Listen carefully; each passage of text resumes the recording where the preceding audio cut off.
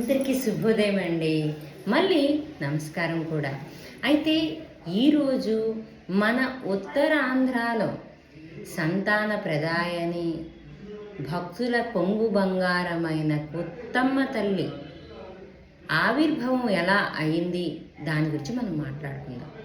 నాకైతే ముందు తెలియదండి. ఇప్పుడే బుక్ ఏదో ఒకటి ఇక్కడ ఏదో బుక్ ఒకటి ఉంది. ఇది ఎవరో పంచిన బుక్, కానీ నాకు ఇందులో ఏం అర్థం కాలేదు. అదంతా కొంచెం చాలా టఫ్ లాంగ్వేజ్లో ఉంది. ఎవరంటే బోయిన గోవిందరాజు అంకుల్ సర్పంచ్, ఇంకెవరు పట్నాయక్, రఘుప్రాతుని రామారావు పట్నాయక్ అంట. పేర్లో నాకు చెప్పడం తప్పుంటే మన్నించండి. సరే, వదిలేద్దాం. అయిన తర్వాత నాకు తెలీదు, నేను ఈ వీడియోస్ గట్ట చూసే నాకు తెలిసింది నాకు అర్థమైంది నేను చెప్తున్నాను. తప్పులుంటే మన్నించండి, సరేనా? కొంగు బంగారమైన కొత్తమ్మ తల్లి 1925లో కమ్మకట్టి చిన్న అప్పలనాయుడు తన తమ్ముడితో నారాయణపురం సంతకు వెళ్తున్నప్పుడు తిరిగి వచ్చేటప్పుడు ఒక స్త్రీమూర్తి ఎద్దుల బండిని ఆపి, మాకు కొత్త కోటబొమ్మాడి దాకా దిగపెట్టేయండి అంటే చిన్నప్పలనాయుడు గారు బండి ఆపి ఆమెని ఎక్కించారు బండి. కరెక్ట్గా వెంకటేశ్వర పట్నాయక్ గారి తోట వచ్చేసరికి ఆ స్త్రీమూర్తి దిగి అక్కడి నుంచి అదృశ్యమైపోయారంట.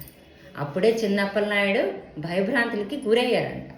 దాని తర్వాత ఆ రోజు రాత్రి కాస్త విశ్రాంతి తీసుకున్నప్పుడు కొంచెం ఒక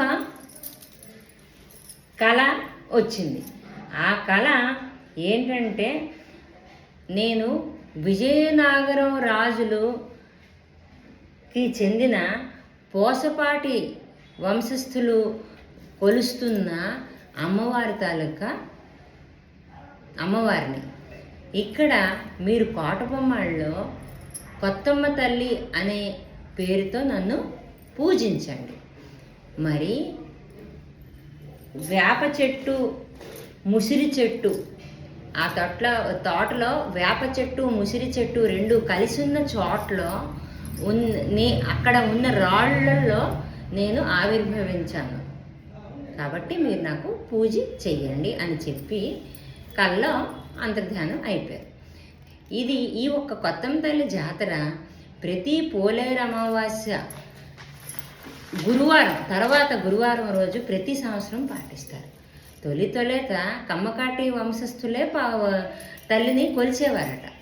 అలాగా గ్రామస్తులు కూడా అంటే దండం పెట్టడం మొదలుపెట్టారు.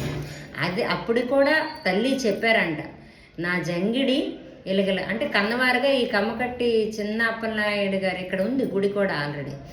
అక్కడ నుంచి జంగిడి బయలుదేరుతుంది. ఊరు మొత్తం మొర్రాటలతోని బలి ఇచ్చిన కోళ్ళతోని మొత్తం తిరుగుతే సంబరం అయిన తర్వాత గుడికి వెళ్ళి గుడికి వెళ్ళి మొక్కులు తీర్చుకుంటారు. మంగళవారం అవుతుంది. కమ్మకాటి వాళ్ళు పూజిస్తారు తల్లిని, మొక్కులు గట్ట చేరించుకొని వస్తారు. కానీ 3 రోజులు కూడా ఇప్పుడు అందరు కూడా మొక్కులు చెల్లించుకుంటున్నారు.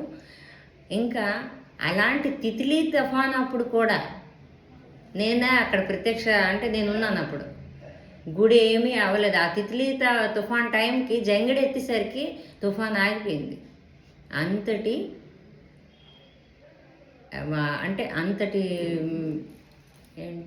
వరప్రదాయని, దానికి ఏమంటారు?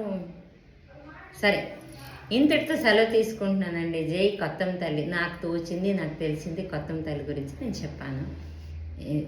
ఏదైనా చెప్పడంలో తప్పులుంటే మన్నించండి. ఇంతటితో సెలవు తీసుకుంటాను.